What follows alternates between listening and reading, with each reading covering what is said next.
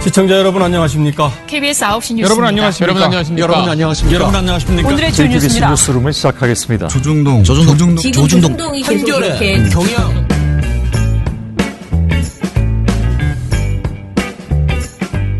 민원연의 미디어 탈곡기 558을 시작하겠습니다.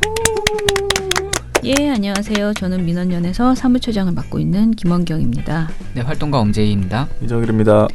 예, 정말 푹 쉬었습니다. 여러분들 잘 쉬셨습니까? 네, 주 4일째가 너무 좋습니다. 너무 많이 쉬어가지고 제가 원래는 일을 해야 됐으나 어찌저찌 하다 보니 집안일부터 하고 뭐 좀 쉬고 어찌 하다 보니 이미 3일이 다 지나가 버렸어요. 네. 잘 쉬셨습니다. 그동안 네. 못 쉬셨잖아요. 네, 그래서 진짜 많이 잤습니다.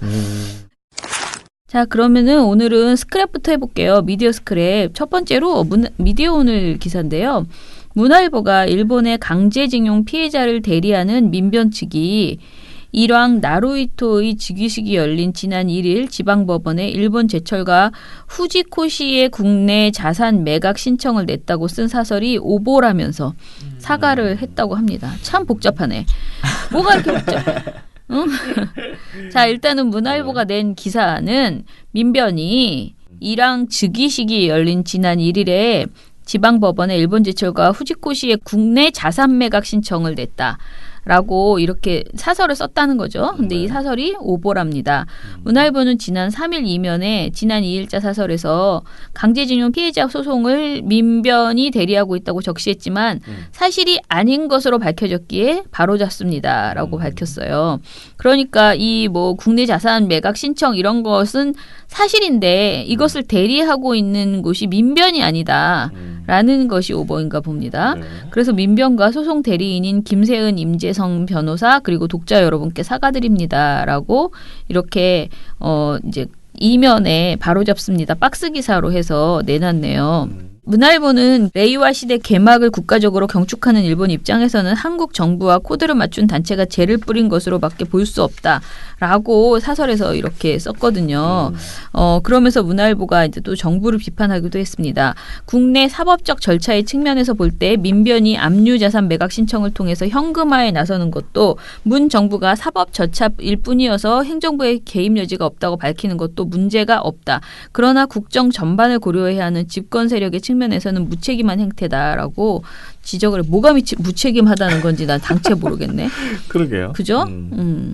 조선일보도 지난 2일자에 1구강 즉위식 날 민변 징용기업 재산 매각 신청이라는 그 보도를 했고요. 신면에도 민변 1. 최대 축제날 전범기업 재산 매각 신청, 징용배상 소극적인 1. 정부 기업 압박이라는 제목으로 거의 비슷한 보도를 한 바 있네요.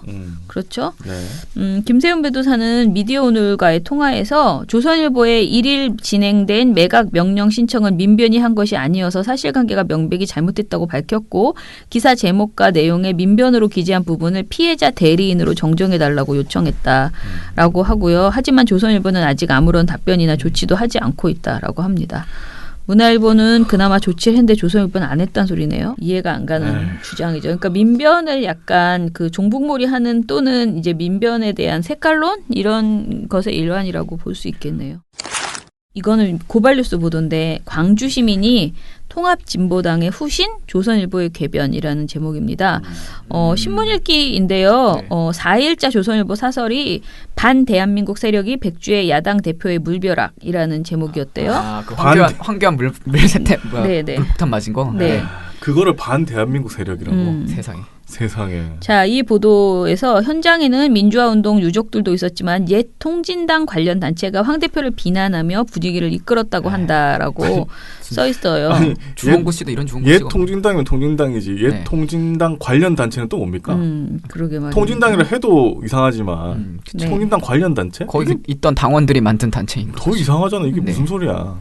자, 조선일보 사설을 좀 더 읽어보면 한동안 잠잠하던 통진당 세력은 현 정권 출범 이후 각종 시위 등을 주도하며 본격적인 부활을 꾀하고 있다. 통진당 해산을 반대하던 문재인 대통령 당선 이후의 변화다. 대한민국의 민주주의를 위협하던 세력이 이제는 백주의 야당 대표에게 봉변을 가할 정도로 활개를 치고 있다. 조만간 이들이 민노총처럼 폭력 면허를 받은 듯이 폭력을 휘두를지도 모른다. 이렇게 사설에서 말했어요. 그러니까 조선일보는 이번 사안은 황교안 대표에 대한 광주 시민의 반발이 아니고 통진당 세력의 본격적인 부활로 지금 해석하고 있다라는 것이고요. 그러니까 지금 이제 4일 발행된 다른 신문에서는 어떻게 보도하고 있나를 보면 이게 분위기가 완전 다르다는 거죠. 조선일보만 이렇게 생각한다는 거죠. 경향신문 보도를 볼게요. 자유한국당 황교안 대표가 3일 취임 이후 처음으로 광주를 찾았다가 시민들에게 거센 항의를 받았다. 시민들은 5.18 망언에 석고대죄하라. 한국당은 해체하라고 외쳤다. 규탄대회는 시작부터 삐걱거렸다. 행사 전부터 광주 송정역 광장에는 광주진보연대, 대학생 진보연합 등 10여 개 시민단체와 시민들 100여 명이 5.18 학살 전두환의 후에 자유한국당 해체하라, 5.18 망언 종북몰이 황교안 사퇴, 세월호 7시간, 감추는 자가 범인이다, 황교안을 처벌하라 등의 프랭카드를 걸고 집회를 했다라고 하고 있어요. 어디 통합진보당 관련된 내용은 한마디도 없네요. 그죠? 이게 정상적인 기사. 네. 전두환. 아니, 여기서 왜 나와? 통합진보당이. 그러니까 말입니다. 참. 한겨레 보도도 마찬가지인데요. 자유한국당이 주최하는 문재인 스톱 광주 시민이 심판합니다. 규탄대회가 열릴 예정이던 광주 송정역 광장 집회 시작 30분 전인 오전 10시부터 이미 광장을 메운 사람들은 한국당 지도부나 당원이 아니었다. 집회를 반대하는 100여 명의 광주 시민이었다. 황교안 한국당 대표가 취임 뒤 처음으로 광주를 찾는다는 소식에 5.18 희생자 유족 10여 명도 광장에 나왔다. 이렇게 한겨레에서 보도를 했습니다. 한국일보도 비슷한 내용이었어요. 한마디로 이 3사 보도를 보면 어느 곳에서도 통합진보당 세력이 황 대표를 비난하며 분위기를 이끌었다는 대목이 없습니다. 이건 그냥 조선일보의 해석이자 관점일 뿐이었다라고 볼 수 있네요. 아무렇게나 쓰네요, 진짜 그러니까요. 기사를. 조선일보 진짜 재밌네요. 하나 더 마지막으로 말씀드리면요. 저널리즘 토크쇼 제2에 대해서 지적하는 그런 보도가 나왔네요. 그런데 이게 연합뉴스에서 나왔어요. 요즘 연합뉴스가 저널리즘 토크쇼 제2로부터 문매를 좀 맞았잖아요. 그래서 이게 약간 그 조선일보가 요즘 저널리즘 토크쇼 제2를 맞아요. 지적하는 것과 좀 비슷한 결로 조선일보는 보이기도 아예 합니다. KBS 관련해가지고 기사가 많이 나오고 있더라고요. 네네. 네. 근데 저는 기사가 나오는 거는 서로 간에 좋다고 생각해요. 누구만 기사를 지적하라는 그 뭐라 그러지 권한을 가지고 있는 그렇죠. 건 아니잖아요. 네. 서로 그냥 각자 지적하면 됩니다. 저는 좋은 현상이라고 생각하고요. 다만 근거가 있고 그러니까. 또 맞는 말이어야 그렇죠. 되는 거죠. 연합뉴스 보도는요. 이러네요. 망가진 저널리즘과 가짜뉴스에 대한 자성과 혁신이라는 취지는 좋았지만 제대로 된 알맹이를 채우려면 더 냉정해져야 한다. KBS 1TV와 MBC TV 양 공영방송이 주력 프로그램으로 각각 내세운 저널리즘 토크쇼 제2와 당신이 믿었던 페이크가 초반 내세운 명분을 충족하기에는 내용과 형식 면에서 부실하다는 지적이 나온다. 이렇게 얘기를 하고 있습니다. 그러나 아쉬운 부분은 저널리즘에 대한 자기 비판에서 정작 KBS는 빠져있다는 듯한 느낌을 지울 수 없다라고 했습니다. 그래 자기네들 잘못한 거 많이 반성했잖아요. 사례에서요 이런 얘기를 했어요. KBS가 재난주간 방송사로서 제때 충분한 정보를 보도하지 못했다는 비판을 다룬 부분이 그랬다라고 하면서 이걸 10분밖에 안 다뤘다라고 이야기를 했어요. 사람들이 이런 건 얘기하더라고. KBS 저널리즘 토크쇼 제2 댓글들을 보면 이런 얘기하면 뭐하냐. KBS 보도가 좋아야지. 특히 이번에 이번 패스트트랙 관련 보도에서 사실 제가 패스트트랙 보도에서 KBS 문제를 저도 거기서 2번 정도 더 세게라기보다는 아무튼 얘기를 했어요. KBS 보도가 그 장부승 교수가 그 JTBC가 이렇게 뭐 그렇게 보도한 것을 뭐라고 했잖아요. 네. 그런데 그걸 보면서 시민 입장에서는 그게 차라리 속이라도 시원하지 KBS는 죽두박도 아니다. 그러니까 애초에 그런 보도를 안 하는 것 좋다. 안 할 수 있다. 왜냐하면 그 JTBC 보도를 보여주면은 정치 혐오주의가 생길 수도 있는 건 분명해요. 그쵸. 그렇게 막 자꾸 가까이서 싸움을 계속 보여주고 정신이 하나도 없어. 정말 호떡집에 불난 거보다 훨씬 더 너무 정신없잖아. 전쟁터 마냥 진짜. 진짜 저녁 종합뉴스에서 내가 저런 거를 보려고 내가 이 나이까지 살았나 막 이런 생각이 이게 대한민국의 공감합니다. 2019년 현실인가 이런 생각이 막 네. 들어요. 그런데 그걸 안 보여주려면요. 그러면 최소한 도대체 이 사안이 어떤 사안인지 차분하게 잘 정리해줘야죠. 네. KBS는 그런 말을 한 자격이 없다는 거죠. 왜냐하면 잘 정리한 부분이 부족했고 그러면서 우리 뒤에서 멀리서 차분하게 보도했다? 왜 차분하게 보도했어? 이렇게 물을 수밖에 없는 그런 생각이 들었기 때문에 저도 KBS 그러니까 제가 JTBC가 잘했다는 게 아니다. 그런데 KBS가 더 못했다. 그리고 JTBC는 최소한 카운팅을 보면 우리가 세어보면은 사안을 법제도로 설명하는 보도가 개중 제일 많았어요. 그렇기 때문에 JTBC가 그런 것만 하고 법제도로 설명을 안 했으면 또 모르는데 그래도 JTBC를 욕하기보다는 KBS 스스로에 대한 반성이 더 필요하다라는 생각은 저도 했어요. 그런데 이날 이 산불 있잖아요. 산불은 나름 KBS의 보도에 대해서 얘기를 했었고요. 다만 그거 있잖아요. KBS가 그 속초에 있는데 딴 데 가는 거. 강릉에서 속초라고 그랬다나? 그거는 이 방송을 녹음할 때 몰랐어요. 그래가지고 그거는 만약에 그걸 알았다면 그것도 들어갔네. 당연히 반성했어야지 돼요. 굉장히 세게 비판했어야 되는데 그게 좀 나중에 밝혀졌거든요. 그런 부분은 좀 아쉽지만은 이거는 지적할 수 있다고 보는데 내용에 있어서 좀 이렇게 좀 지적하는 것은 좀 어떤 것은 아쉽다는 생각이 드는데 최진봉 교수는 이렇게 얘기했대요. 패널 구성에서 고민을 더 해야 할 것 같다. 전문성 없는 사람들이 주관만으로 비판하면 저널리즘에 대한 가치 자체가 의심받을 수 있다라고 이렇게 우려를 했다고 합니다. 저는 기본적으로는 애초에 지금 처음이나 지금이나 마찬가지인데요. 저는 패널만으로 이 방송을 만들려고 하면 안 된다라고 생각하고요. 굉장히 많은 부분 거기 출연하는 그 기자들이 이 우리가 말하는 구라만 푸는 것이 아니고 철저한 취재를 해가지고 와서 그 스트레이트처럼 스트레이트 더하기 토론이 되어야지 돼요. 그러니까 정확한 근거 있는 내용을 가지고 보도를 해주고 그걸 가지고 패널들이 약간 평을 해주는 수준이어야 되는 거지. 예. 지금은 너무 이제 패널에 너무 많이 의존하고 있는 부분은 분명히 있습니다. 그건 저도 아쉽게 생각을 하고요. 예를 들어 별 도움은 안 됐는지도 모르겠지만 우리가 이 저널리즘 토크쇼 제2의 패스트 트랙을 갖고 나가기 위해서 우리가 되게 많은 사람들이 2, 3일 동안 집중해서 막 했죠. 근데 이거를 방송국에서 사실은 해야 되는 거죠. 그런 식의 노력을. 네, 그렇죠. 그 예. 프로그램 만들려면. 네. 그 어떤 사안에 대한 모니터링을 정확하게 하는 그런 비용이나 인력이 더 배치되어야 되는데 지금 현재 그게 안 되는 거는 사실이에요. 그건 좀 아쉽다고 생각하고요. 그리고 또 하나는 당신이 믿었던 페이크에 대해서는 사실 사람들이 생각보다 굉장히 지금 반응이 좋아요. 당신이 믿었던 페이크에 대해서.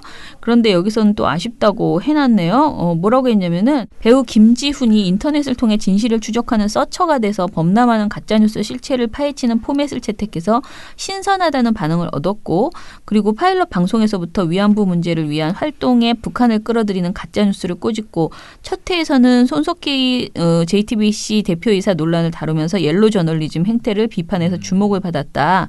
그러나 이후 선택한 막 칼럼니스트 황교익 씨 논란과 지난해 제주도로 입국한 예멘 가짜뉴스, 그러니까 가짜 논쟁 등 이슈는 크게 주목받지 못했고 시청률이 1%대로 반토막이 났다. 최근에는 시즌1 종영 소식을 알렸다라고 이야기를 했습니다. 근데 이거는 이 기사는요. 제목은 겁나 세잖아요. 그쵸. 근데 기사 내용을 내용은 보면 또 이게 이래. 끝이에요. 제가 지금 말한 게. 그러면서 특히 대중 주목도가 높은 황씨 이슈 등을 다루면서 여러 시각을 비추기보다는 황씨 반박 등에 주로 의존하면서 균형을 잃었다는 지적이 나왔다. 지금 이 황교익 씨 논란이 균형을 잃었다는 지적이 나왔다. 이게 지금 지적에 달하는 거는 너무나 약하다. 이 정도 가지고 기사 쓰시면 안 된다라는. 아니 제목이 근데 명분에 비해 실속 아쉬운 저널리즘 토크쇼 제2 페이크 이렇게 해놨어. 그러니까. 이상해. 까기 위해서 기사를 썼나? 제가 보기에는 비판하기 위해서. 이 제목이 좀 민망하네요. 그죠? 그러니까, 왜냐하면 민망해. 저널리즘 토크쇼 제의는 자기들 말 맞다나 백상예술대상까지 받고 나름 이 언론 비평 프로그램 중에서는 이만하기가 쉽지 않았다는 것이 예, 현실이고요. 그다음에 당신이 믿었던 페이크는 또 아주 새로움이 있잖아요. 형식 자체가. 예, 그래서 생각보다 사람들이 저널리즘 토크쇼 제이보다 본 사람들은 이게 안 봐서 그렇지 한번 보잖아요. 그럼 재밌다 그래요, 다들. 네. 굉장히 흥미로워 하더라고요. 그래서 제가 보기에는 둘 다 만만치 않은 존재들이다. 굉장히 노력하는 것인 그 방송이다. 그런 것에 비하면 이 기사는 참 노력이 없었다. 노력 없이 쓰는 기사. 네. 그렇지 않아요? 네, 그렇죠. 성의 없죠, 약간. 뭐야. 그러니까 제목은 되게 세서 뭐야 얘네가 뭐 잘못했나 그랬는데 내용을 열어보면 별 없음. 내용이 없는 그냥 싫어. 낙지성 제목. 그냥 싫어. 네. 그리고 왜 하필이면 내가 출연한 방송을 캡처를 해가지고 띡 올려놨네? 사진 싫어서. 기사가? 싫어서. 사진 기사가 좀 아무튼간에 아 근데 진짜 방송국에서 미디어 비평하기가 진짜 쉽지가 않더라고요 보니까. 얼마나 힘든데요. 공격이 많이 들어올 것 같은데. 공격 엄청 많이 뒤로도 들어오고. 뭐. 제가 아는 뭐 방송국에 있는 방송도 네. 미디어 비평했다가 아무튼 뭐 이래저래 문제가 많아가지고 뭐 슬그머니 없어진다든지. 그러니까요. 슬그머니 네. 없어지는 그런 거잖아요, 프로그램 것들이. 되게 많아요. 보면 그래서 이렇게 오래됐잖아요. 벌써 한 1년 반 넘었는데. 네, 1년 이렇게 됐는데. 저널리즘 제이 뭐 이런 프로그램처럼 오랫동안 이렇게 계속 아, 잘할 수 있는 방송은 잘 없다. 네. 네, 이렇게 말씀드리고 싶고. 네. 그럼 연합뉴스 안 합니까? 연합뉴스도 이 연합뉴스야말로 해보세요, 하나 좀. 이런 코너를 하나 어. 만드세요. 그러면은 맨날 KBS도 지적하고 그치. 하려고 그러네요. 하면 할 게 많거든요. MBC도 하실 게 많고요. 이상한 그렇게 걸- 서로 매체 간 상호 비평이 그러니까요. 풍성하게 그러니까. 일어나는 게 우리가 원하는 겁니다. 뭐 그게 이상한 시사 예. 토크쇼 그만하시고. 그러니까. 조선일보는 거기다 대고 이제 홍위병 같다고 얘기한 거잖아요. 그러니까. 저널리즘 제이. 어. 그런 거 하지 말고 알고 미디어 비평 하세요. 사실 관계를 가지고 네네. 비판하고 이러면 되는데. 네. 자, 그러면은 이제 오늘 오늘 주제 넘어가 보겠습니다.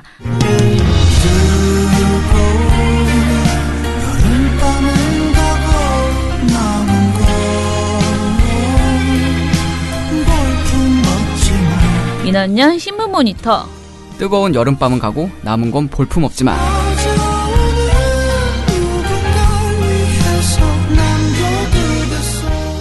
오, 그런 노래도 있어? 요즘에 아주 차트 역주행을 하고 있는 잔나비의 명곡입니다. 아, 네. 잔나비. 잔나비는 내가 알죠. 아세요? 아세요? 아십니까? 그럼 제가 원래 밴드를 좋아합니다. 아 그렇구나. 네, 되게 신선한데요. 모르는 밴드가 없습니다. 하여튼 뭐 아주 낭만적인 제목인데 네. 마찬가지죠. 이제 뜨거웠던 싸움은 가고 돌아보니까 참 볼품 없었다. 아. 네. 이런 생각이 갑자기 듭니다. 나온 말인데 잔나비 처음 들었을 때 네네. 내가 모르던 70년대 밴드가 있었나 생각했습니다. 아 이게 요즘 나온 그쵸, 밴드인지 그쵸. 몰랐어. 딱 들었는데 옛날 밴드 노래야. 밴드 이게. 이름 자체가. 옛날 그 노래도 그래요. 노래도. 그래서 강수선이. 네. 내가 왜 이런 노래 옛날에 몰랐나 이상하다 그랬는데 요즘 밴드더라고. 네네. 자 합시다. 그 참 제목이 거창했는데 참 패스트트랙 결론은 정치오마만 남겼다 이 제목이 그런데요. 네. 그건 맞는 것 같고요. 하나하나 우리가 오늘이 첫날이니까요. 또 네. 언제 돌아올지 모르지만 방송 날이 오기 전까지 여러분이 다시 한번 학습을 해봅시다. 이 주제에 대해서 이야기하기 전에 기본적으로 사람들이 이 사안 자체를 너무 몰라. 네. 그러니까 이걸 설명해 주려다가 보면은 방송이 거의 다 가겠어. 그럼요. 근데 방송 비평을 하려면은 사안을 또 알아야 되잖아요. 자, 그러면 그래도 오늘도 다 거듭 얘기를 합니다. 왜냐하면 다른 방송에서는요, 사실 그런 것 따위는 너희들 다 알지? 그러면서 지나가더라고요. 넘어가죠. 대부분의 방송이. 그래서 우리는 조금 더 친절하게 지루할 정도로 얘기를 해보겠습니다. 자, 이번 패스트트랙 이거 자체는 최소한 세 가지 법이 이 세 가지가 또 세 개 법안은 아니에요. 훨씬 더 여러 개 법안인데요. 일단은 선거제 개편 법안, 네. 그 다음에 두 번째는 고위공직자 범죄수사처 설치 법안, 네. 그리고 세 번째는 검경 수사권 조정 법안입니다. 네. 이 세 개에 대해서 우리가 다 알아야 되는데 저희가 열심히 모니터를 해보니까요. 검경 수사권 조정법에 대해서는 거의 단독으로 다룬 보도가 없어요. 그러니까 이번 이 기간 우리가 모니터를 굉장히 오랫동안 했거든요. 2월 달부터 지금까지 거를 했어요. 아이고. 그렇게 했는데도 단독으로 패스트트랙은 3개 법안이라고 그랬잖아요. 3개 법안 중에 2개를 다루거나 뭐 이 과정을 다루거나 이런 보도 굉장히 많았고요. 그리고 선거법을 단독으로 다루거나 공수처 설치법을 단독으로 다루는 보도도 조금씩 있었는데 검경 수사권 조정법은 없었어요. 그래서 우리가 오늘 설명하는 데 있어서도 조금만 더 선거법과 공수처 설치법의 방점을 찍어서 설명을 할게요. 자, 그러면은 선거제도 선거법을 왜 우리가 바꾸려고 하느냐 이 이야기를 해보겠습니다. 네. 선거제 개편을 왜 해야 하냐면, 그러니까 왜 하려고 하냐면 어쨌든 국회가 국민의 뜻대로 우리가 생각하는 대로 의석수가 구성이 돼야 되는 거잖아요. 뭐 자유한국당 뭐 20%만 지지하면 그만큼의 의석수를 가져야 되는 게 상식에 부합하는 거 아닙니까? 이게 기본적으로. 근데 현실은 그렇지 않다 해서 출발을 하는 거예요. 그래서 2016년 20대 총선을 보면 새누리당이 정당 득표율을 33.5%를 득표하고 더불어민주당은 22.5% 득표했어요. 그때. 근데 정당별 의석 비율을 보면, 그러니까 우리나라 국회가 300석이잖아요. 근데 민주당은 123석을 가져가서 41%를 차지했어요. 아까 25.5% 득표를 했는데 반면에 새누리당도 그 당시에 새누리당도 122석을 가져가서 40.7%를 득표했어요. 그러니까 33.5에서 40.7%를 가져간 거죠. 반면에 정의당은 정당 득표에서 7.2%를 얻었는데 의석수는 2%에 불과했다. 어쨌든 안 맞잖아 이게. 그래서 이걸 맞게 하려고 이제 연동형 비례대표제, 지금 뭐 준연동형 비례대표제라고 불리긴 하는데 이 제도를 도입하자라고 된 겁니다. 네네. 네. 자, 그래서 지금 사실은 연동형 비례대표제에 대해서는 우리가 조금만 관심을 가지면 보도에 제법 그래도 나온 적이 있었어요. 그러니까 작년에 저희가 이 방송에서도 했는데 시민의회라고 KBS에서 연동형 비례대표제에 대해서 굉장히 자세히 설명하는 그런 내용이 있었잖아요. 저는 그거를 좀 어디다가 홈페이지에다가 되게 많은 사람들이 다시 한번 볼 수 있게 좀 정리를 해줬으면 좋겠다라는 생각을 하는데요. 어찌됐든 찾아보면 대부분의 토론 프로그램에서 연동형 비례대표제를 다뤘고요. 그리고 관련된 보도도 집중해서 이렇게 딱딱 써머리해서 나온 보도들이 제법 있습니다. 그래서 연동형 비례대표제에 대해서는 많이 여러분들이 그래도 어느 정도 이제 지금 선거법을 바꾸려고 하는구나. 우리의 선거에서 투표돼서 국회의원이 되는 그렇죠. 비율이 우리 선거랑 좀 왜곡되는구나. 네. 이거를 여러분들이 좀 아실 것 같습니다. 네. 두 번째는 공수처 설치법입니다. 자, 이거는 왜 하려고 하는지 얘기해 보시죠. 우리나라가 어쨌든 검찰의 기소권과 수사권을 독점하고 있는 상황에서 네. 검찰의 권력이 너무 비대해졌던 문제들을 이제 해소하자는 취지로 이제 시작을 한 겁니다. 네.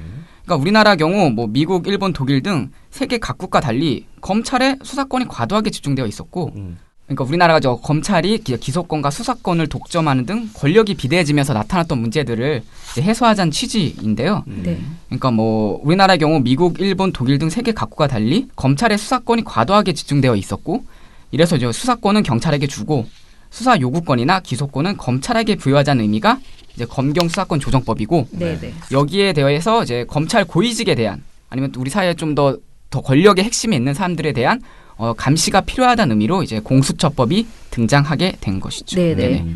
자, 그리고 사실은 공수처법은 굉장히 중요한 우리가 촛불 시민들이 굉장히 요구했던 검찰개혁, 그다음에 우리 사회의 어떤 부정부패 이런 것들을 막는 데 있어서 제일 중요한 그 내용이기도 합니다. 왜냐하면 그동안 우리가 어떤 고위공직자들의 문제가 발생했을 때 검찰에게 뭔가를 기대한 바 있었으나 그게 잘 안 됐던 것이 사실이잖아요. 네. 그래서 우리가 공수처 관련된 그러니까 이런 제도가 필요하다라는 말은 수도 없이 여러 번 나왔던 거예요. 그런데 늘 이게 안 됐거든요. 그래서 이번에는 반드시 이게 이루어져야 된다라는 생각이 있고 사실 공수처법과 세트로 나오는 게 조국 수석이죠.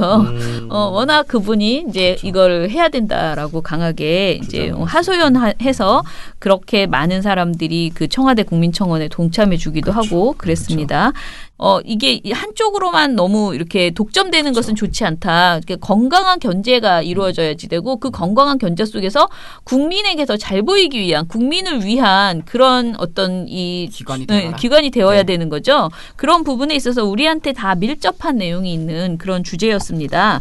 자, 그래서 이 세 개를 패스트트랙에 태워서 그렇죠. 빨리 신속하게 처리한다.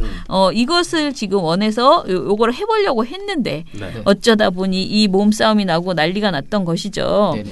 네. 그러면은 일단은 제가 이 몸싸움이나 과정도 참 누구 책임이냐 이거는 또 한참 얘기해야 되거든요. 근데 네. 그 전에 일단은 현재 보도가 어땠는지를 간단하게 좀 얘기를 해볼까요? 네. 일단 보도들이 대부분이 뭐 제대로 가르쳐주지도 않고 정신이 하나도 없다라는 건데요. 맞습니다. 정리를 좀 해주세요. 일단 저희가 첫 번째로 지목했던 어떤 그 보도 유형은 네. 기계적 중립입니다. 음. 너무 다 아시죠? 양쪽 주장을 따옴표로 쳐가지고 그냥 전달만 해주는 거예요.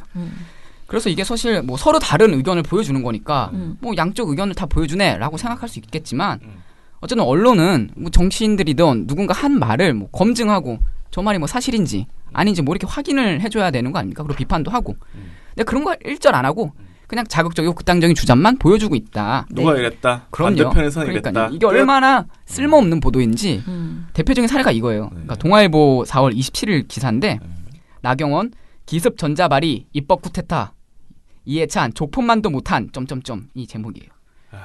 그러니까 나경원 자유한국당 원내대표가 26일 날에 그때 막 국회 앞에서 막 시위하고 농성할 때 이렇게 얘기한 거예요. 여당 폭거 독재 타도 우회 쿠데타를 중단하라 이렇게 외쳤던 거예요 거기서.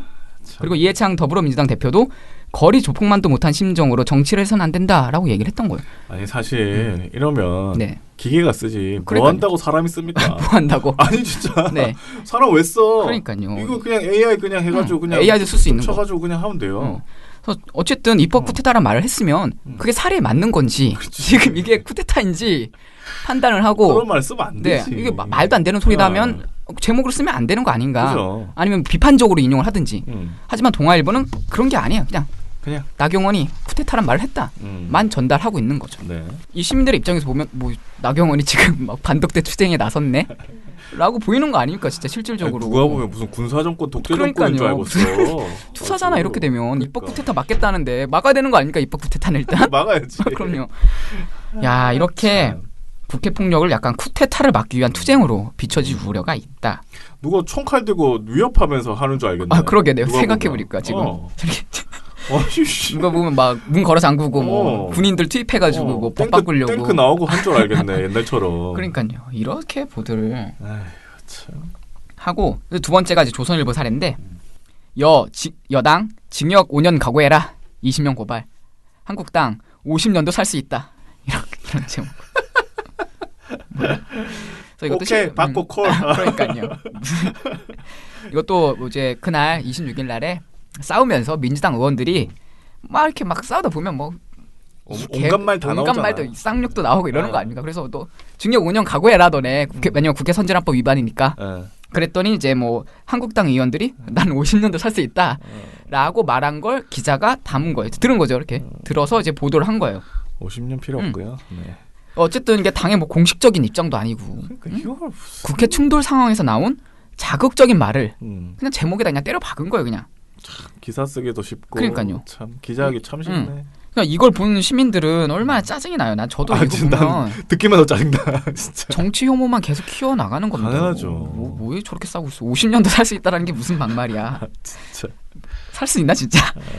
이런 것들이 뭐 쭉 모아봤는데 동아일보에서 뭐 황교안 우리가 극우면 문정부는 극좌 정말 극이란 말을 4번 했어요. 아 그래요? 홍영표는 독재 타도 박정희 정권 때 외쳤어야 뭐 이런 거죠. 조선일보도 똑같이 여당 유야무야 안 끝내 또 고발 야당 갈비뼈 골절 맞고발 뭐 이런 것들. 뭐 매일경제는 여당 폭력으로 국회에 저지 못해 야당 전원 고발 당해도 투쟁 막 이런 거. 아니 이거 약간 중계식이라고 하잖아요. 그쵸, 중계식 보도라고 네. 하는데 사실 야구나 축구 좋아하시는 분들 알겠지만 그 중계에서도 해설자가 있습니다. 그렇죠. 그래서 누가 잘못했는지 판단을 하고 누가 규칙을 어겼는지 그럼요. 그런 얘기는 해줘요. 그렇죠. 기본적으로 해야죠. 기본적으로 그런 중계도 합니다. 이건 중계도 아니야. 그냥 보여주고 뭐. 그냥 피하는 거잖아요. 사실 판단하고 싶지 않아서 피하는 거잖아요. 그냥 쓰레기 양산하는 거지. 나는 그냥. 이렇게 양쪽 의견 전달해줬어. 이게 그래서 뭐야. 자기의 업무를 다했다는 듯이 그러니까요. 하는 게. 그럴 거면 뭐하러 뉴스 봅니까? 이 언론 왜 있어? 그럼요. 뭐 연합뉴스 통신사만 보여주지. 요즘 야구 중에 편파 중계라고 있잖아.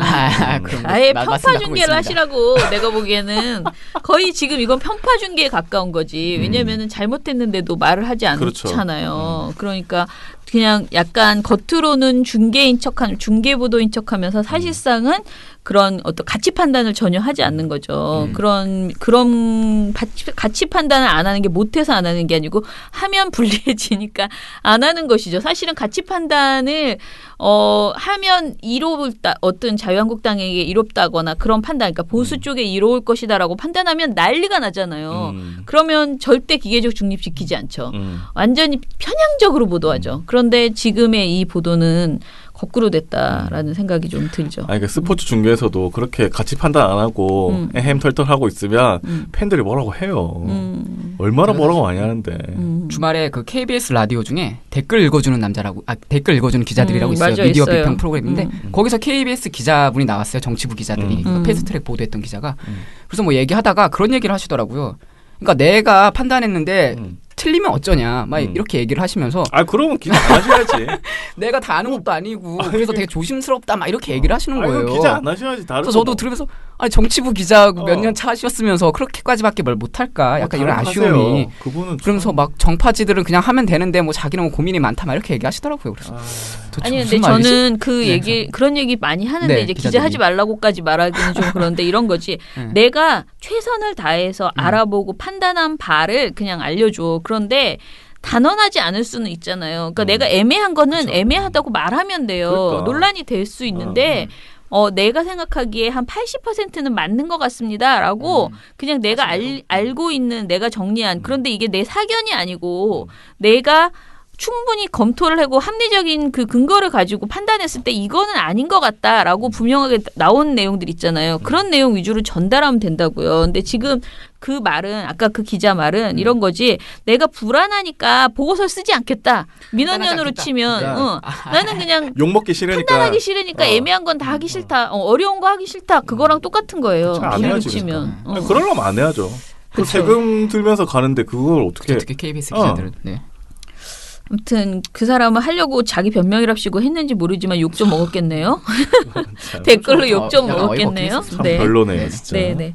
자 그러면은 아무튼 이렇게 제대로 책임을 묻지 않고 계속 감싸주는 보도를 하는 행태가 정말 많이 있었어요. 양비론, 네. 양비론도 많이 있었고요. 네. 그리고 이제 아예 대놓고 저는 제가 보기에는 이거는 양비론이라고 말할 수 있는 수준이 아니고.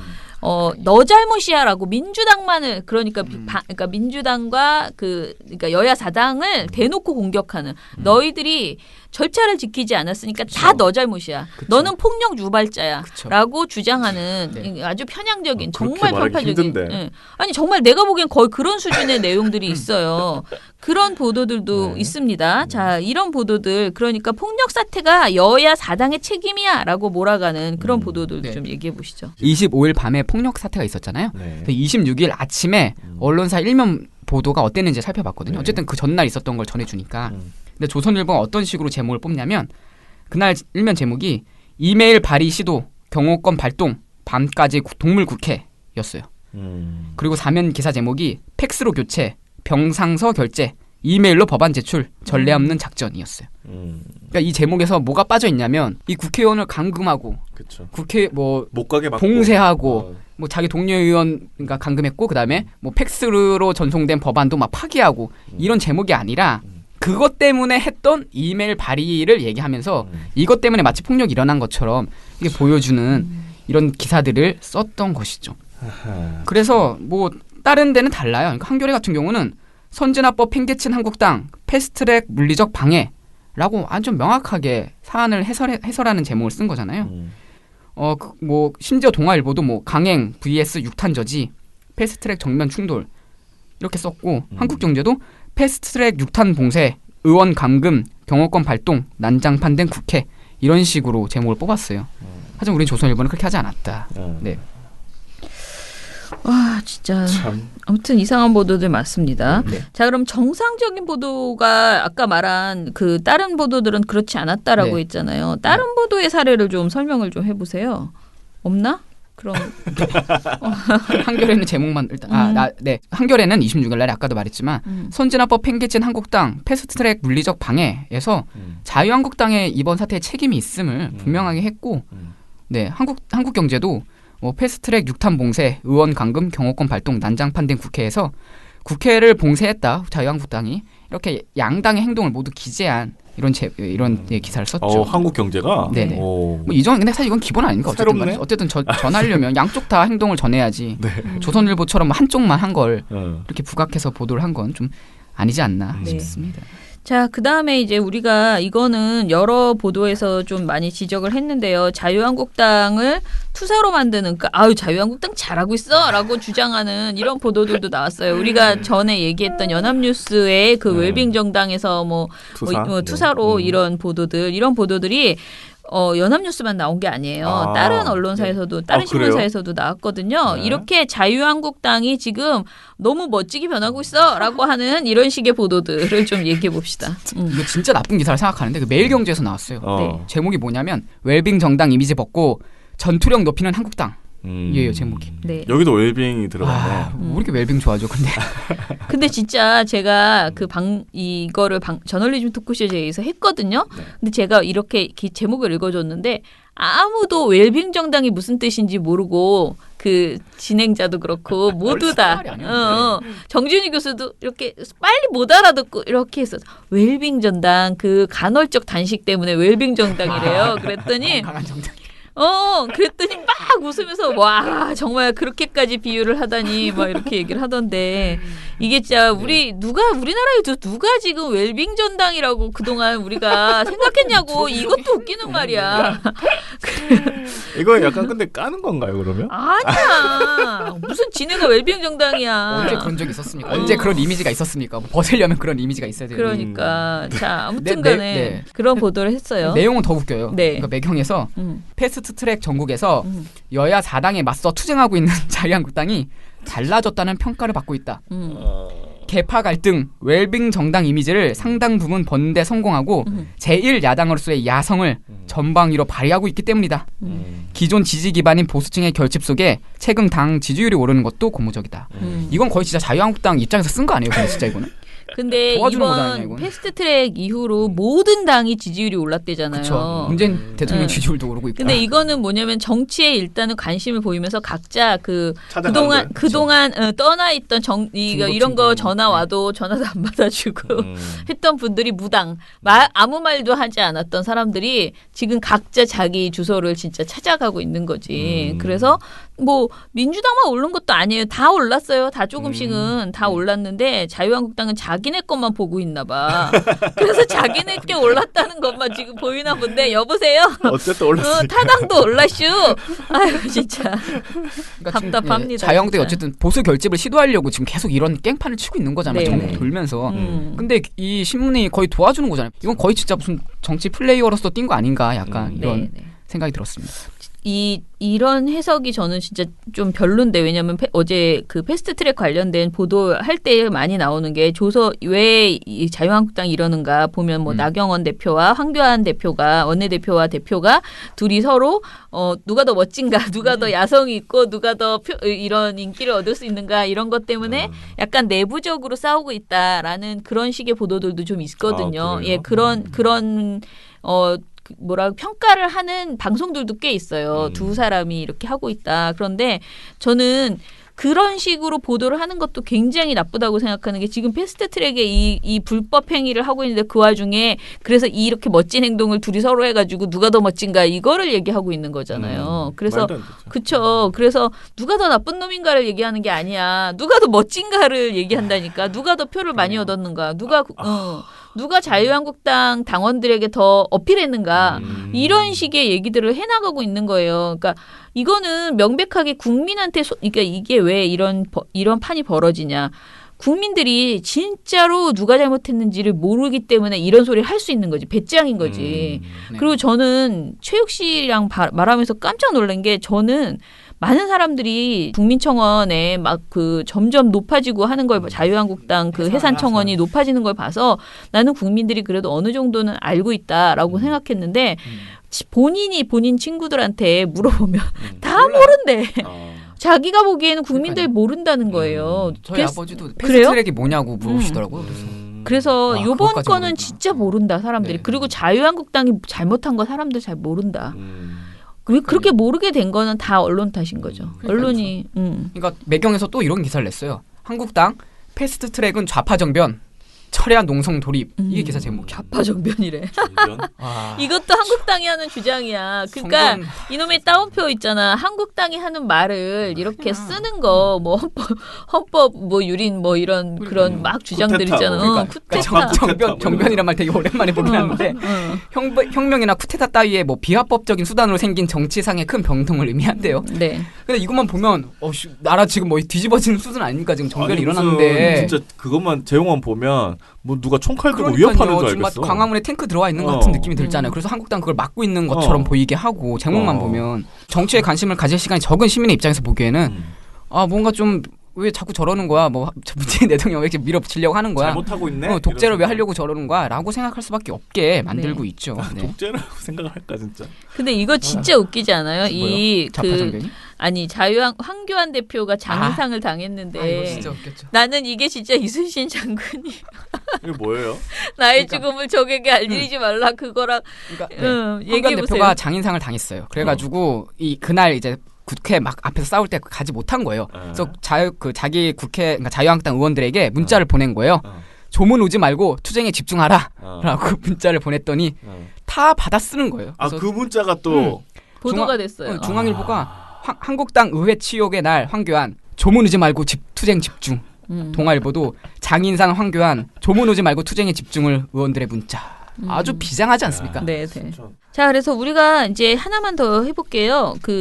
우리가 빠루, 망치, 동물국회 이런 거 몇 번이나 했는지 일일이 다 세어봤잖아요. 네. 자, 이 카운팅을 좀 재미있는 거 위주로 좀 해볼까요? 일단 우리가 센 거는요. 동물국회, 육탄전, 전쟁, 전투, 빠루, 해머, 망치 이 단어들이 몇 번이나 나왔는지 너무 웃기죠. 한심해 진짜. 내가 이런 거 하고 앉았는 정치 게. 기사의 세상에 이런 단어가. 네.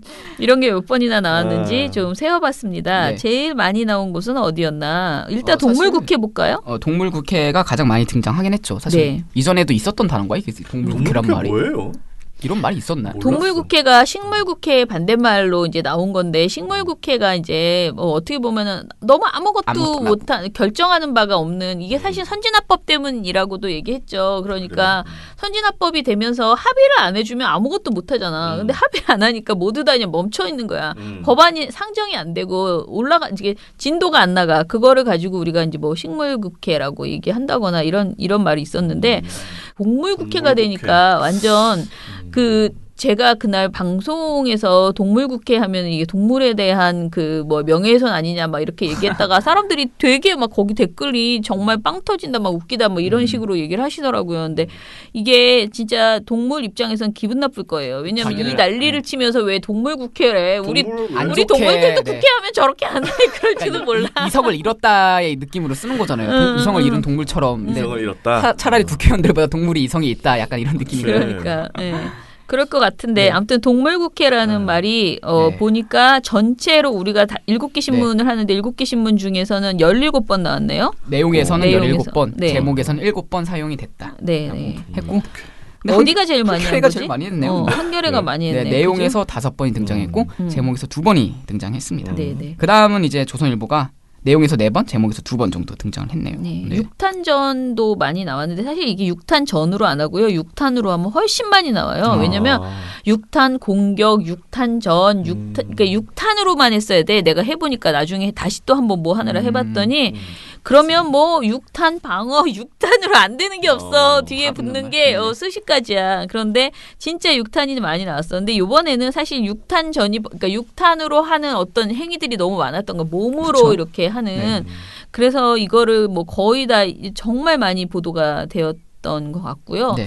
그 다음에 전투가 많이 나왔는데 네. 저는 이 보도들을 보면서 사실 좀 너무 어처구니가 없는 게 그냥 한두 번 전투다라고 말하는 게 아니고 거의 보도의 처음부터 끝까지가 내내 전투를 중계하는 듯한 느낌의 그래요? 전쟁을 정말 중계하는 듯한 느낌의 그런 보도들이 많았고 그런 보도의 대부분이 이렇게 제목이나 코멘트에 이런 것들이 들어가거든요. 이 단어들이. 네. 그리고 사람들이 요즘 제일 많이 아는 것은 역시 빠루죠. 네. 빠루 최고예요. 짱이었어. 정말 많이 등장해요. 빠루를 한번 세워봅시다. 세상에. 제목에선 6번, 내용에선 19번이나 등장했어요. 네. 이 빠루 하나가. 제일 많이 한 건 조선일보가 내용에서 7번이나 빠루란 말을 썼습니다. 어쨌든 대부분 비본질적인 사안인데 뭐 빠루든 뭐든 간에 내가 너무 자극적인가요 이게? 그래서 이렇게 좋아하는 건가? 빠루의 우리말은 노른말 못보미입니다. 그렇죠. 네. 나는 그 얘기 참 많이 경향신문 제목이 너무 웃긴다. 빠루 장돌이 공구국회. 별말이 다 붙네요. 공구국회라니. 공구국회. 아휴, 자, 이렇게 네. 제목을 사용했다고 합니다. 자, 그런데 무조건 빠루를 넣었으면 나쁘냐 좋으냐 이게 아니고 진짜 우리가 계속 말하는 것처럼 이 빠루 때문에 진짜 사람들이 알아야 될 내용은 다 어디로 도망가고 빠루만 빠루만 남아버렸다는 났습니다 게 진짜 뇌 속에. 예, 문제라는 것이죠. 자, 이런 빠루 이런 것을 강조하는 이런 보도의 또 최고봉은 사실 이 공구국회가 아니고 중앙일보 네. 보도인데요. 요거 제목 좀 읽어주세요. 빠루 새망치로 문 부수고 갈비뼈 부러지고 막 가는 국회. 네. 이게 제목이에요. 이게 한마디로 딱 그거잖아요. 그러니까 전형적인 정치 혐오주의 조장하는. 이거 보면 진짜 보기가 싫지 않아요? 저도 밤에 9시에 뉴스 딱 봤는데 제가 보기가 싫어서 채널 돌렸어요. KBS 보다가. 너무 이거 너무 저거 왜 저럴까 이런 생각과 뭐 이렇게 뭐 자꾸 싸우는 것만 보여줘 이러면서 약간 진짜 전치 혐오증이 저도 생기겠더라고요. 네, 진짜. 네. 진짜. 자, 그리고 이제 이 정도 했으면 내용에 대해서는 어느 정도 지적을 한 것 같고요. 우리가 이제 양적 분석을 좀 정리를 해볼게요. 일단은 네. 우리가 모니터를 2월 19일부터 시작을 네. 했고요. 이것의 이제 근거는 대략 이때쯤에 이해찬 그 민주당 대표가 패스트 트랙을 할 수 있다라는. 공론화 했죠. 2월 예. 19일 날에. 네, 그런 언급을 했어요. 그래서 2월 19일부터 해서요. 네. 3월 14일까지 또 이제 1차로 아무튼 모니터 기간을 잡았고 3월 15일은 여야 4당이 패스트트랙에 대해서 언급을 네. 이게 합의를 사실상 한 때였어요. 3월 15일부터 4월 21일까지 보도량을 좀 봤고요. 세 번째는 4월 22일에서 29일. 요때는 이제 막 감금하고 막 네, 충돌이 난리치고 시작될 충돌이 즈음. 막 시작되는. 그래서 이렇게 네. 크게 봐서는 세 가지 기간으로 나눈 거예요. 2월 19일에서 3월 14일은 거의 보도량 없음. 거의. 그다음에 3월 15일에서 20일은 이쯤에서는 보도 시작 안 하면 진짜 니네 사람도 아니다. 이렇게 말할 수 있는 그런 시기였어요. 그다음에 마지막으로 4월 22일에서 29일에는 그만해주기 바래. 그런 수준의 시기였어요. 그럼 이 세 시기 중에서 보도량이 어느 쪽에 집중되는 것이 좋은가? 사실은 처음에 이해찬 의원이 말했을 때 그쵸. 그때부터 정상적인 싸우기 전에 제발 보도를 해줘야 된다는 거죠. 그런데 이때의 보도량을 보면은 요때 보도량을 그 퍼센트로 해서 좀 얘기해 봅시다. 전체는 18.8%예요. 그러니까 네. 제가 지금 말한 세 기간을 다 합쳐서 그 기간 중에 1기 2월 19일에서 3월 14일의 전체 합계가 18.8%였어요. 초기에. 네, 초기에. 그런데 이때 보도가 그나마 많았던 곳들이 어디였는지 좀 알려주세요. 이때 경향신문하고 한겨레가 제일 많았어요. 네, 그러니까 네. 한겨레가 25건, 경향이 16건 정도 보도를 했거든요. 그때부터. 네. 반면에 조선일보는 7건, 음. 중앙일보 14건, 동아 10건 음. 이렇게 보도 차이가 났습니다. 네. 이 시기에는. 한겨레가 그래도 제법 열심히 그쵸, 관련 처음 보도를 부터. 냈다라고 할 수 있어요. 자, 그러면은 3월 15일에서 4월 21일간에는 그러니까 요때는 보도 안 하면 사실 이상한 사람들이에요. 그렇죠. 이걸 보도를 안 한다는 것은 자유한국당이랑 똑같은 행보예요. 그러니까 자유한국당이 나 몰라. 나 씹었죠. 안 해. 나 그거 싫어. 배째 이거잖아 그때는. 그거를 똑같이 한다는 소리야. 이때 보도를 그러니까요. 안 했다는 건. 자, 이때 보도량을 좀 보여주세요. 이때 전체로 치면 33.3%가 이 네. 기간에 나왔고요. 네. 한겨레가 51건이나 했어요. 네. 경향도 32건 음. 했는데 중앙일보가 18건, 조선이 16건, 동아가 11건. 확실하게 차이가 나죠. 아, 네, 진짜 네. 네. 엄청 많이 맥을 차이가 나네. 정말 같이 하는 거예요. 네. 입을 다물고 있었다 사실상. 네. 거의 한 달 가까운 기간 모니터 네. 기간 동안. 네. 예, 그랬네요. 자, 그러면 마지막에 이제 충돌이 벌어졌습니다. 네. 이때 보도량 얼마나 많았는지. 이때 전체 47.9%의 보도가 나왔어요. 네. 갑자기 팍 늘어난 거죠. 아까 그러네요. 18.8, 네. 33.3에서. 네.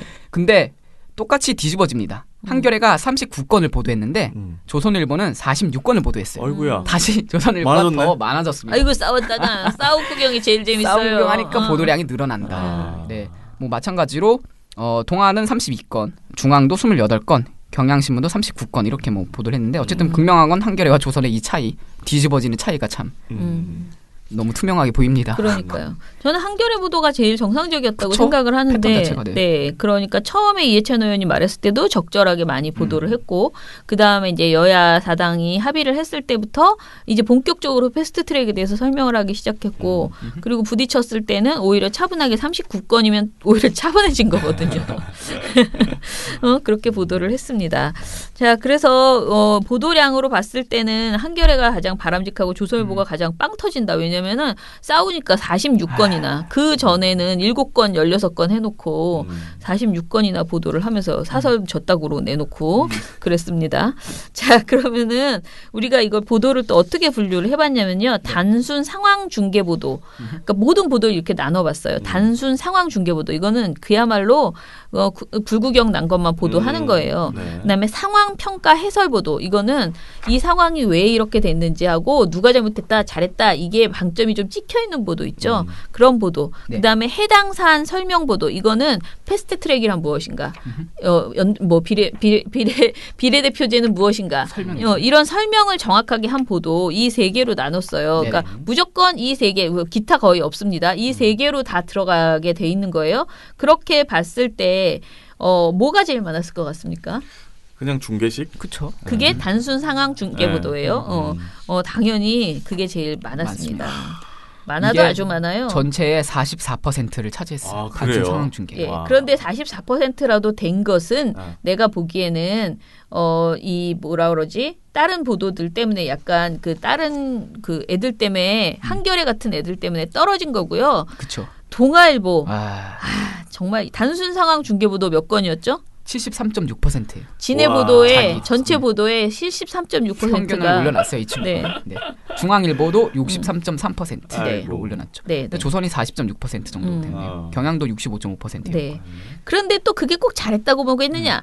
상황 평가 해설 보도를 보면 조선일보가 53.6%나 했는데 누구로 평가했을까요? 당연히 자유한국당이 그쵸. 잘했다. 잘했다. 민주당이 잘못했다. 복제하고 이렇게 있다. 이제 이렇게. 지금 보도를 한 거죠. 그렇게 할 수가 있냐, 진짜.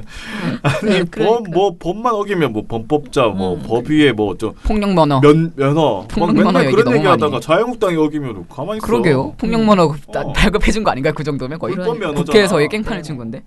아, 네. 정말 진짜 폭력 면허는 자유한국당에게 그러게요. 거의 있어. 준 거죠. 그죠? 예. 지켜봐야 됩니다. 뭐야? 자, 상황 평가 해설 보도 조금만 더 얘기해 볼게요. 어디가 제일 높았나요? 제일 높았던 곳은 아까 말했듯이 조선일보가 제일 높습니다. 53.6%로. 네, 네. 그다음에 가장 낮은 데는 동아일보가 제일 낮네요.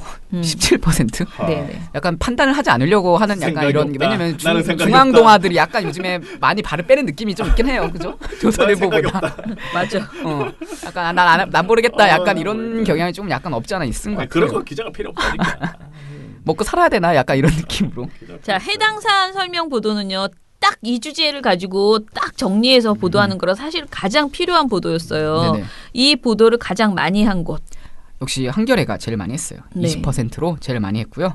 가장 낮은 데는 역시 조선일보로 5.8%였습니다. 야, 근데 그 가장 낮고 말고 할 것도 없는 게 조선일보 4건, 동아일보 5건, 중앙일보 6건. 도끼인데 아, 딱 그렇네요. 그러니까요. 그러니까 한겨레만 유독 잘했네요. 그렇죠? 네, 23건에서 20% 정도. 네, 오. 경향은 11건만 보도했거든요. 그러니까 비교가 돼요. 경향하고 한겨레도. 네. 그래서 한겨레가 사안 설명을 제법 열심히 하려고 했다라고 볼 수 있고요. 네. 자, 그러면은 또 하나 우리가 통계를 낼 때 요것도 열심히 고민을 해서 이제 만든 건데요.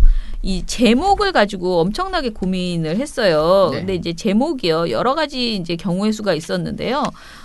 제목의 문제점들을 찾다 보니까 이제 제목에서 편향성이 드러나는 제목들이 있을 수 있잖아요. 그러니까 양비론적인 제목은 빼버렸어요. 그런 건 다 빼고요. 빼고. 그다음에 상황을 중계하는 것도 다 빼고요. 보도 중에서 패스트 트랙을 저지하는 입장을 코멘트를 그대로 가져온 제목 있잖아요. 그리고 패스트트랙을 추진하는 입장을 코멘트로 가져온 제목 또는 패스트트랙을 저지하는 사람을 지지하는 제목 그다음에 패스트트랙을 추진하는 사람을 지지하는 제목 이렇게 두 가지로 나눴고요. 그다음에 국회 사무처 입장 도대체 왜 그러세요 하는 국회 사무처 입장 네. 그다음에 양비론은 제가 아까 말했죠. 이제 다 빼버렸다고. 그래서 요런 것들을 빼버리면은요. 제일 패스트 트랙을 저지하는 입장을 부각하는 보도가 많았던 네.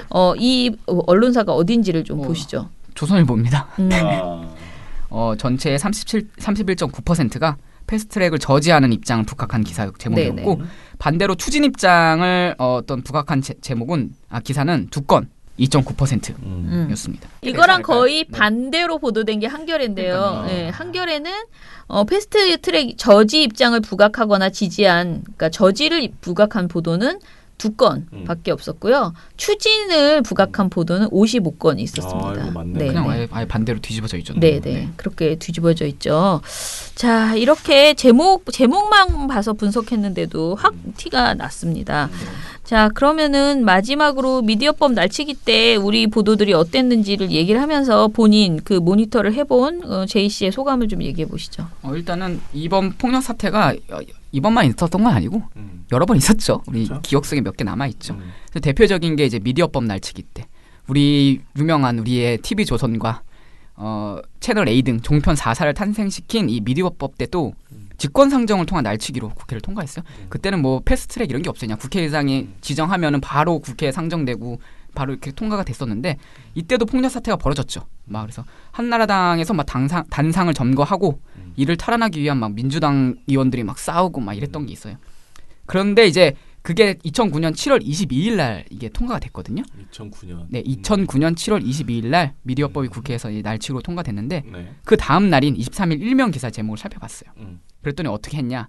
만약에 지금 그렇게 했었으면 우리 조선일보 아까처럼 막 국회에서 난장판 났다 이런 식으로 기사가 가잖아요. 근데 이때는 어떻게 했냐면 일면 기사 제목이 신문 대기업 방송 진출 제한적 허용이라는 제목에서 이 미디어법이 뭔지를 설명해줘요. 우리가 그렇게 원하고 바라던 그 모습대로 정론이네. 네. 그래서 이번 개정으로 그동안 금지됐던 신문사와 대기업의 방송사업 참여가 제한적 범위에서 가능하게 됐다. 이로써 1980년 신군부가 위압적이고 강압적인 언론 통폐합, 신문 방송 겸용 금지를 조치를 통해 만들어낸 방송 독과점 미디어 산업 구조가 일부나마 바뀔 수 있는 계기가 마련됐다. 물론 이 해석 자체도 되게 이상하지만. 편파적이고 잘못되어 있지만 네. 어쨌든 해석을 해주려고 했잖아요. 설명해 주는 거잖아요. 이게 미디어법이 뭐다. 그래서 이런 의미를 가지고 있다라는 제목을 뽑았어요. 다 마찬가지예요. 중앙일보도 신문 방송 겸용 금지 29년 만에 풀렸다. 동아일보도 신문 방송 칸막이 사라졌다. 이렇게 제목을 뽑았어요. 그러니까 지금으로 치자면 선거법을 국민의 의석에 따라서 국회 의석수를 구성할 수 있는 기회가 열렸다. 이렇게 이런 내용이 담겨 있겠죠. 반면에 이제 경향신문은 그때 한나라 날치기 처리 불법 투표 논란, 한겨레는 방송법 변칙 재투표 야당 원천 무효 이렇게 제목을 뽑았습니다. 사안을 국민들이 제대로 알고 이 싸움이 도대체 뭐가 잘못됐는지를 설명하기에는 너무 보도들이 부족했고 대부분 그 싸움 그 자체만을 그냥 보여주다 보니까 정치 혐오주의가 우리한테 생길 수밖에 없게 그렇게 보도했다라는 것이고요. 그리고 저는 마지막으로 이제 오늘 벌써 그런 보도들이 많이 나오고 있는데 자유한국당이 이제 전국을 돌겠다라고 하면서 장외투쟁을 하겠다는데 또 얼마나 막말을 할지. 네네. 거기에서 나오는 말들이 앞으로 계속 또 이제 그 다운표 저널리즘으로 나올 거잖아요. 그게 너무 답답하다라는 생각이 들어요. 그래서 언론이 이쯤 되면은 자유한국당이 저러는 게 정말 참 한마디로 뻘짓하고 있네 이거를 아니, 알려줘야 돼요. 네, 정상이 아닌 발언들은 네. 독재 타도가 여기서 왜 나온 왜 나와? 그리고 무슨 다이너마이트로 뭐 폭파시켜? 김우성 그게 씨요? 뭐야 그게? 각자 지금 더 센 척하는 아니 거지. 그러니까 이게 방송을 탄다는 거 언론에 나온다는 것 자체가 이거 말이 안 되는 것 같아요. 하여튼 어쨌든 그 말 했으니까 전달하려면 비판적으로 비판해야지. 전달해야지. 살이 안 맞으면 이러고 있으면 어떡하면 앞으로가 진짜 걱정이긴 하네요. 네. 기계적 균형을 하기 위해서는 반드시 반대의 목소리를 누군가 실어줘야 되는데 지네들 주장은 자기가 스스로는 못하는 거야. 왜 이렇게 언론인들은 자기 스스로 말을 못 만들고 누가 말을 해. 그럼 그걸 인용은 하겠다라는 식이거든. 그럼 또 민주당에서 맞불을 놓아서 진짜 계속 막말을 해야 되는 거야. 근데 그러면 어떻게 그렇게 해서는 우리가 얼마나 국민들이 환멸을 느끼겠습니까? 그러니까 그냥 기자들이 스스로 이 발언은 팩트체크를 계속 하시라는 거예요. 지금 저 발언이 적절한 것인가에 대해서. 근데 그런 보도들이 너무 안 나올까 봐. 이미 안 나오고 있습니다. 그래서 참 답답하다라는 생각이 듭니다. 기계가 해야죠. 왜 인간이 해야죠. 합니까? 기자들 다 때려치고 AI가. AI가 해야 됩니다. 그러니까 기자님들도 AI에게 밀리기 싫으면 지금부터라도 판단을 하셔야 되지 자기가 않을까? 찾는 거예요. 그럼요. 이러다가 진짜 금방 AI가 자기 밥그릇 다 뺏을 수도 있다. 근데 할 수 있을 것 같아 나는. 그러니까 위기의식을 가져야 되지 않을까. 왜냐면 야구 같은 거는 네, 야구 벌써 결과 하잖아요. 나온 거 보면 AI 기자가 있잖아요. 그러니까요. 그거는 도입되고 있다. 긴장하셔야 된다 지금. 한번 만들어 볼까? 아 프로그램을요? 할 수 있을 것 같아요. 그 큰 돈 버시는 거 아닙니까? 그거 만들면? 그러니까. 후원 한번 한다고 언론이 갑자기 바뀌기야 하겠어요. 하지만 지나보면 알걸요? 매달 하는 후원이 언론을 어떻게 바꾸는지. 좋은 활동이 쌓인다. 좋은 언론을 만든다. 민주언론 시민연합. 미련곰탱님께서 저널리 토크쇼 제의를 캡처해가지고 몇 가지 올려주셨어요. 자꾸 여기 김원경 생각 이렇게 자막되는 거 저는 정말 왜 이러시는지 정말 책임 안 지려는 거 아닙니까? 그러니까 김원경 생각이다. 이건 김원경이 한 말이야. 네, 그리고 또 미련곰탱님께서 금월 방송 잘 들었습니다. 먼저 금요일 방송에선 옥 팀장님의 환호 소리에 엄청 웃었네요.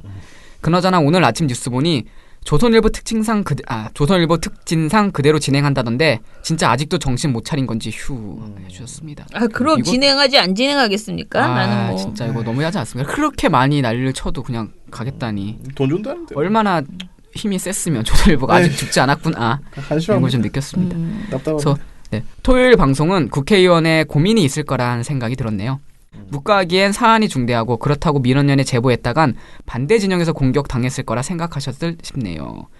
아니 이거는 뭐 반대고 뭐고 없어요. 그러니까 이번 사안은 본인들이 이제 국회의원실에서 이제 아무래도 환경 관련된 사안을 많이 다루다 보니까 이제 사실관계를 확인하고 싶었던 것 같고요. 그런데 이제 이거는 언론 보도가 오보인 거잖아요. 그러니까 악의적인 보도를 한 거잖아요. 그러니까 우리가 그냥 발표할까 아니면 민원연에서 발표하는 게 좋을까 이렇게 고민하다 넘기신 것 같은데 저는 이런 제보 많이 받으면 전 참 좋겠다라는 생각을 합니다. 그런데 이게 뭐 이렇게 생각하는 사람도 있을 거예요. 뭐 지금 국회의원하고 민원연하고 짜고 막 주고받고 그게 아니고 그냥 어떤 사람이 주던 똑같은 제보예요. 우리한테 정말 보수 진영 분들도 제보 많이 하시고 막 불만이 많아가지고 뭐 어쩌고저쩌고 막 불만 얘기하시거든요. 그럼 우리도 똑같이 그분의 제보나 국회의원이 준 제보나 똑같이 우리는 열심히 고민해서 사실관계 그 제보자의 취지가 맞는지도 알아보고요. 그리고 우리가 그 제보자는 말하지 않았지만 우리가 보기에 더 큰 문제가 있을 때가 있어요. 그러면 우리가 또 우리 시각으로 정리를 하고요. 그래서 우리의 제보 체크 보고서는 누구 거냐를 가리지 않습니다. 뭐 저희가 뭐 제보하실 때 민주당 지지자세요? 이렇게 안 물어보잖아요. 그러니까요. 아무것도 묻지 않아요. 그냥 제보만 어떻게 됐나요? 해가지고 이런 문제가 있으면 저희가 알아보겠다. 이렇게 하는 거죠. 그래서 뭐 그걸 써라 쓰지 말아라 하는 사람 일절 없고요. 그러니까 뭐 누구든지 자유한국당 가끔 가다가 저희한테 넘겨주셔도 됩니다. 제보 뭐 할 거 있다 그러면 해보세요. 본인들 관련해서. 자, 다 써준다는 보장은 없습니다. 네, 그 다음에 미련곰탱님께서는 그 저널리즘 토크쇼 제이 그 연합뉴스 보도를 또 댓글 달아주셨고요. 그 다음에 상상의 현실이 되는 나라 읽어주세요. 3일 연휴의 시작이네요. 모두 푹 쉬셔요. 활기차게 다음 주에도 탈탈탈 해주셨습니다. 네. 여행은 투어 이부님께서 엊그제 방송에 댓글 소개되어서 깜놀했습니다. 신규 회원 모임에서 늦게 도착했던 회원입니다. 모임 분위기가 너무 좋았습니다. 오픈 모임에 참석할 수 있도록 노력할게요. 언제나 민원연 응원하며 가장 힘든 개혁이 언론 개혁인데 그 길을 안내해주는 길잡이가 되어주세요 해주셨습니다. 감사합니다. 네. 티에노님, 옥 팀장님 자주 나오셔서 좋은데 제가 미리미리 댓글로 옥 팀장님 찬양을 해야 하는데 죄송합니다. 청룡 봉사상으로 특진하는 건 좀 웃긴 것이 무슨 조선일보가 네이처지도 아니고 경찰이 무슨 예체능 입시대회처럼 그 대회 수상 경력으로 가점 주고 받는 분야도 아니고 안 되겠습니다. 제가 티에노 원 언론상을 만들어서 민원연 진급에 개입해야겠습니다. 웃기고 있네. 개입할 수 없습니다. 돈 많이 주면 또 모를까. 네, 그러면은 간만에 댓글이 좀 많았네요. 우리가 며칠을 쉬었더니만요. 네, 그러면은 내일 또 어떤 내용으로 찾아뵐지 모르겠는데요. 방송이 안 나올 수도 있어요. 그래서 네, 패스트 트랙이 조금 더 기다려 보세요. 네, 저희가 재미있는 걸로 내일 또 찾아뵙겠습니다. 민원연의 미디어 탈곡기는 내일도 열심히 털어드리겠습니다. 탈탈탈 안녕. 네, 오늘 뉴스데스크 마치겠습니다. 시청해주신 여러분 채널 A가 고맙습니다. 함께합니다. KBS 9 뉴스 오늘 순서 모두 마치겠습니다. SBS는 앞으로도 내일 끝까지 뵙겠습니다. 파헤치겠습니다. 오늘 8시 뉴스라인 모두 뉴스 여기서 마치겠습니다. 마치겠습니다. 시청해주셔서 고맙습니다. 뉴스팔 여기서 마치겠습니다. 저희들은 내일도 최선을 다하겠습니다. 여러분 고맙습니다. 탈탈탈 안녕.